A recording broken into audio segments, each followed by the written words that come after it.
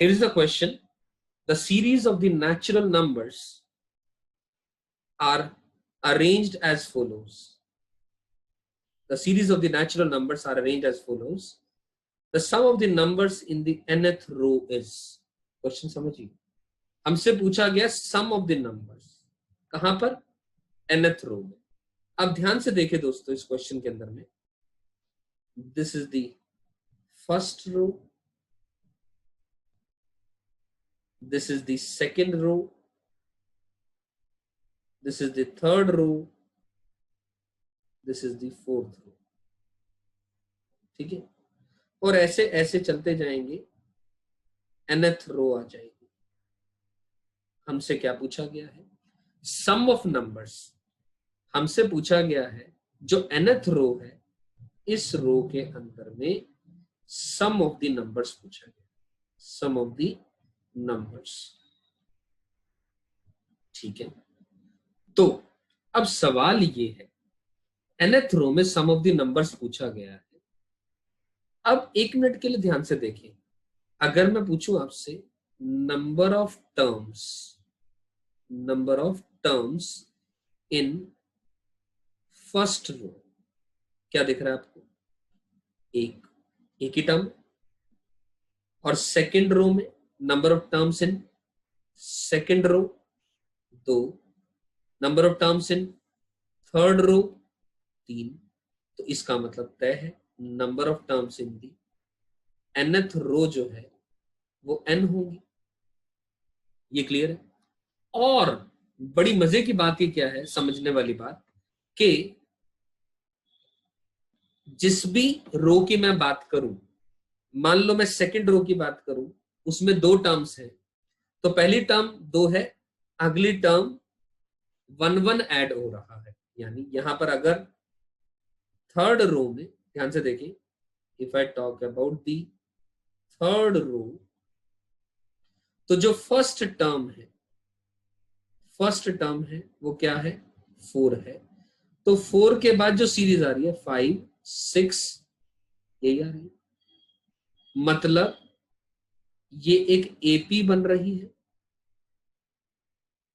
हर रो में एक एपी है. Each row has an AP with common difference equal to 1 and number of terms equal to कितनी?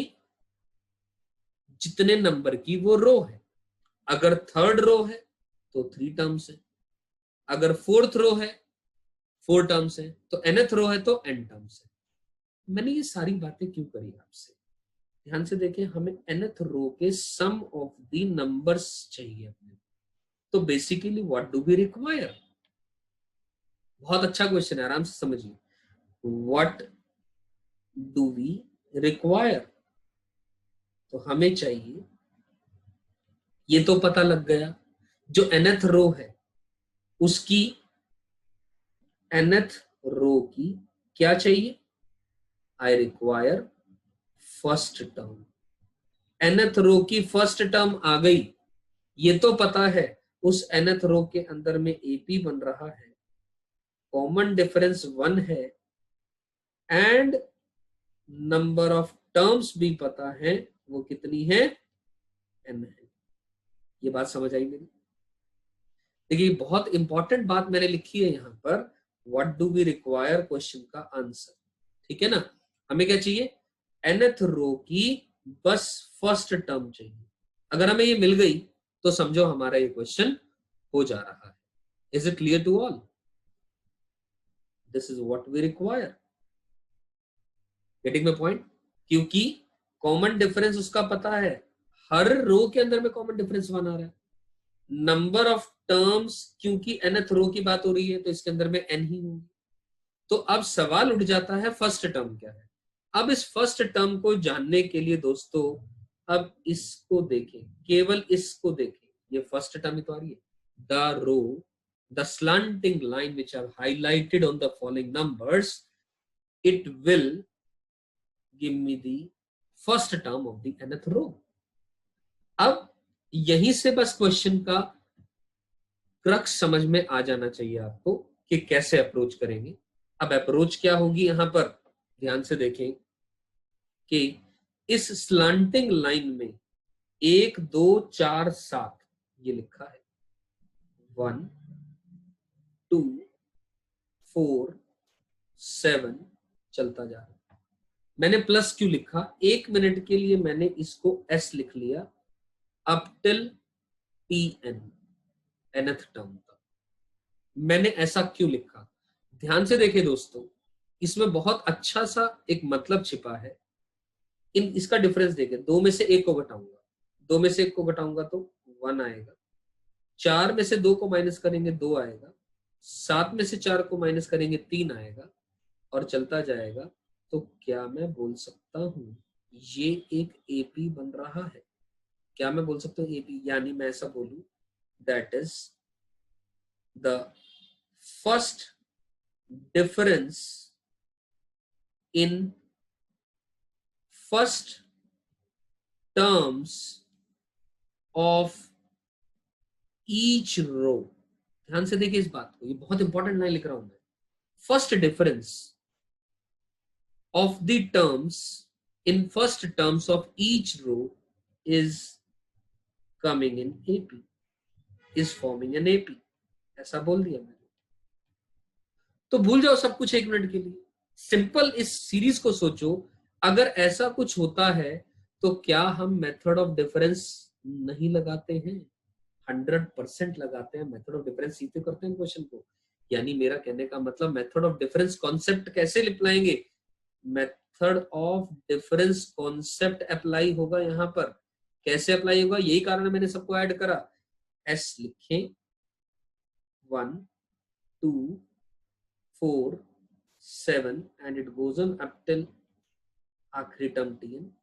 if the consecutive terms का difference is coming in AP, what you got to do, इस concept को समझा रहा हूं, method of difference के concept को।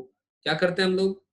दोबारा एस लिखते हैं नीचे और एक एक टर्म स्किप करके लिख देते हैं, यानी 1 2 4 एंड इट गोज ऑन। यहां पर T base n minus 1 plus T, ये लिख दिया हम लोगों ने। अब हम क्या करें? इसको मैंने लेटर से 1 माना, इसको लेटर से मैंने 2 माना। मैं क्या करूंगा? 1 में से आप 2 को माइनस कर दें। अब 1 में से आप 2 को माइनस करेंगे दोस्तों तो क्या बनेगा? ध्यान से देखें, ये एस में से एस घटाएंगे 0, ये क्या आएगा? ये 1 एज इट इज आ जाएगा, प्लस ये इसमें से इसको घटाएंगे तो ये क्या आएगा? 1 प्लस 4 में से 2 को घटाएंगे तो क्या आएगा? 2 3 एंड इट गोज ऑन। अब ध्यान से देखिए, यहां से लेकर के यहां तक, यहां से लेकर के यहां तक कितनी टर्म्स हैं? n-1 टर्म्स है।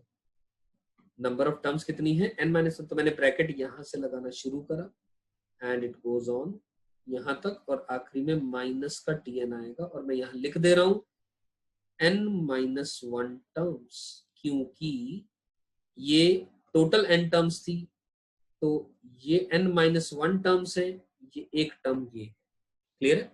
तो ब्रैकेट लगाने का ये फायदा है, कभी भी कंफ्यूजन नहीं होगी ये जानने में कि नंबर ऑफ टर्म्स कितनी रहेगी। अब n-1 टर्म्स है, क्या इस ब्रैकेट को देखें खाली, क्या ये एक एपी बन रहा है? केवल इस ब्रैकेट की बात करूं अगर मैं, क्या ये एक एपी बन रहा है? नंबर ऑफ टर्म्स n-1 है, यस। तो एज अ रिजल्ट मैं लिख सकता हूं, ध्यान से देखें दोस्तों, जो tn है, t बेस n है, उसकी वैल्यू क्या आएगी? t बेस n की वैल्यू आएगी, ये tn तो उधर चला जाएगा, right? It is 1 plus 1 plus 2 plus 3 and it goes on और नंबर ऑफ टर्म्स n-1 है। अब ये तो एक एपी है, ये तो एक एपी हम जैसा कि बात कर चुके हैं, तो इसकी वैल्यू आप निकाल दें। इसकी वैल्यू क्या आएगी? ध्यान से देखें दोस्तों, तो tn की वैल्यू आ गई 1 प्लस, अब number of terms n-1, n-1 by 2 into first term plus n-1, यानी n-1 minus 1 into d is 1। Correct? यहाँ पर नंबर ऑफ टर्म्स n नहीं है, n-1 है, तो tn की वैल्यू आपके पास आ गई 1 प्लस n माइनस का 1/2 multiplied by 2 plus n minus का 2। अब ये 2 से 2 कैंसिल हुआ, तो एज अ रिजल्ट tn की वैल्यू क्या आ गई, 1 plus n into n minus का 1 डिवाइडेड बाय 2 आ गई। यानी इन अनदर वर्ड्स इसको सिंप्लीफाई करें, एलसीएम लें, tn की वैल्यू आ गई 2 प्लस n स्क्वायर माइनस का n डिवाइडेड बाय 2 आ गई। तो n square minus n plus 2 whole divided by 2 आ गई। यहां तक क्लियरिटी है? ठीक है। अब this is the first term of the nth row। यही तो हम निकाल रहे थे, ध्यान से देखें। हम क्या निकाल रहे थे? अरे भाई सबसे पहले शुरू में यही तो लिखा था, we require first term of the nth row, वो हमने निकाल ली। तो अगर फर्स्ट टर्म आ गई nth रो की, तो अब करना क्या है, अब this nth row contains n terms, ये AP है, कॉमन डिफरेंस 1 का है, नंबर ऑफ टर्म्स कितनी है, n है, और ये फर्स्ट टर्म है इन the nth row, in the nth रो। सही। तो एज अ रिजल्ट सम क्या आ जाएगा required, n/2 into first term कितनी है ये लिखिए, n square minus n plus 2 divided by 2, n/2 into 2a plus n minus 1 into the common difference 1। You getting my point? ये आ गया। अब इसको क्या कर सकते हैं, सिंप्लीफाई कर सकते हैं। तो ये काटा, ये बना कितना, n/2 times of n square minus n plus 2 plus n minus 1। अब n से n कटेगा, तो as a result n/2 times of, ये कितना बचा, n स्क्वायर और 2 माइनस 1 करेंगे तो 1 आ जाएगा। तो ये आपका इस सवाल का आंसर हो जाएगा, n/2 times of n square plus 1, n/2 times of n square plus 1, यानी ऑप्शन नंबर बी इस सवाल का आंसर होगा। This was really a conceptual question, a wonderful question. In fact मैं बोलूंगा इसके अंदर में हमने एपी यूज किया, मेथड ऑफ डिफरेंस यूज किया, और थोड़ी सी कॉमन सेंस यूज करी, जो कि सबसे ज्यादा इंपॉर्टेंट है, राइट।